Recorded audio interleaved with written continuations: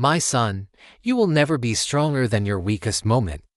Well, let me explain what I mean by weakest moment. It's not when you fall down in a physical fight. That's not your weakest moment. Your weakest moment is when you're going through a situation in your life and you decide not to try anymore. You just don't want it. You've been trying for so long and it doesn't work.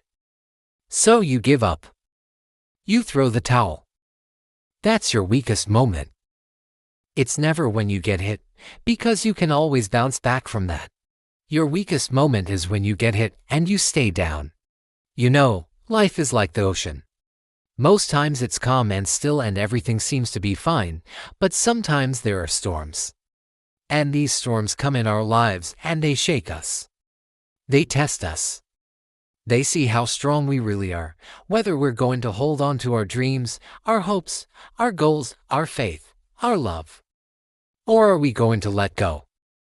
What do we cling to in those moments of crisis? Because I'll tell you something, my son. When the storm is over, you're either going to be more committed or less committed. You're either going to see clearly who you are and what you want out of life, or you're going to be broken. It all depends on how you respond. It depends on how much you believe in yourself, your strength. Because no one is coming to save you. No one is coming to help you. It's up to you. Are you ready for it? Now, some people lack purpose in life. They drift along with whatever the current takes them. And this is not a bad way to live, not at all. But if you ever wanted to change direction, you might be asking yourself, where do I start? How do I find the strength within myself? Well, first, you must identify your weakest moment. What are you giving up on? Where do you feel defeated? We can't fix what we won't acknowledge. You must first see what's wrong before you can make it right. There's an old story about a farmer who had his horse. The horse ran away. He was devastated. His son came and said, "Dad, the horse ran away." Now, the farmer didn't say anything. He was sad, but he didn't blame anyone. A few days later, the horse returned and brought another wild horse with him. The farmer was even more surprised. His son asked again, "Why aren't you mad?" "This is great." The farmer replied, "I'm not mad." "Why would I be mad? I wasn't angry when the horse ran away. Why would I be angry now that he brought another horse?" You see, in that moment of weakness, the farmer found strength. He knew his horse could run away, but he also knew that maybe it would bring another horse back. So we don't always know the outcome of our actions. Sometimes we think we're weak, but actually we're becoming stronger because of that weakness. Some people need to be pushed to their limits before they realize how much strength they have inside. Listen, my son, you need to put yourself in situations where you have to grow. You have to learn, you have to stretch. You can't always play it safe. If you always play it safe, you'll never know how strong you can be. Sometimes you have to take risks, big risks. You may lose everything, but in doing so, you'll discover who you truly are. You see, most men, they play it safe. They don't take any risk. And then they wonder why they're still broke, why they're still fat, why they're still single. It's because they don't put themselves out there. They don't expose themselves. And the biggest risk in life is not taking any risks. Risk everything. Bet on yourself. But you can't do this unless you find your weakest moment. You have to know where you need to improve. One of the greatest inventions ever is the thermostat. You set the temperature you want, and the thermostat maintains it. In the winter, if the house gets too cold, the thermostat turns the heat on. And in the summer, if the house gets too hot, the thermostat turns the AC on. The thermostat doesn't care what the weather is outside. It just maintains the temperature inside. That's how it is in life. You set the temperature you want to maintain, the kind of life you want to live, and you stick to it. Whatever happens around you, good or bad, hot or cold, you don't care. You already set the temperature you want to maintain. So be the thermostat of your own life. Don't let others influence you into changing your goals, your dreams, your beliefs.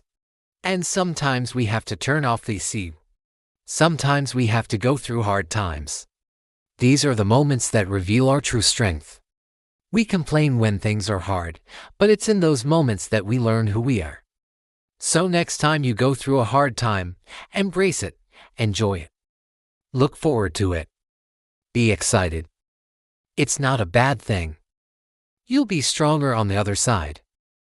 I remember when I was young, I used to think that life was unfair. I saw my friends getting everything they wanted, while I struggled to make ends meet. But now I'm older and wiser. I understand that life isn't unfair. It's just unbalanced. Life is like a balancing scale. On one side, you have challenges, obstacles, failures, pain, suffering. And on the other side, you have success, achievements, happiness, love, pleasure. Now, in order for this scale to be balanced, you have to experience both sides. You have to have some darkness in your life in order for the light to shine brighter. So don't complain about your weaknesses. They make you who you are. They make you strong.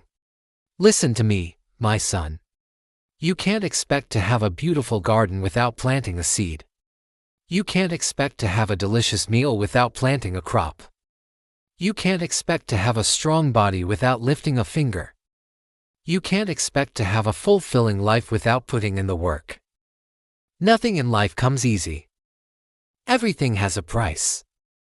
Everything has a consequence. You plant the seed, and you wait for it to grow. You lift the weight, and you wait for your muscles to develop. You eat healthy, and you wait for your body to heal.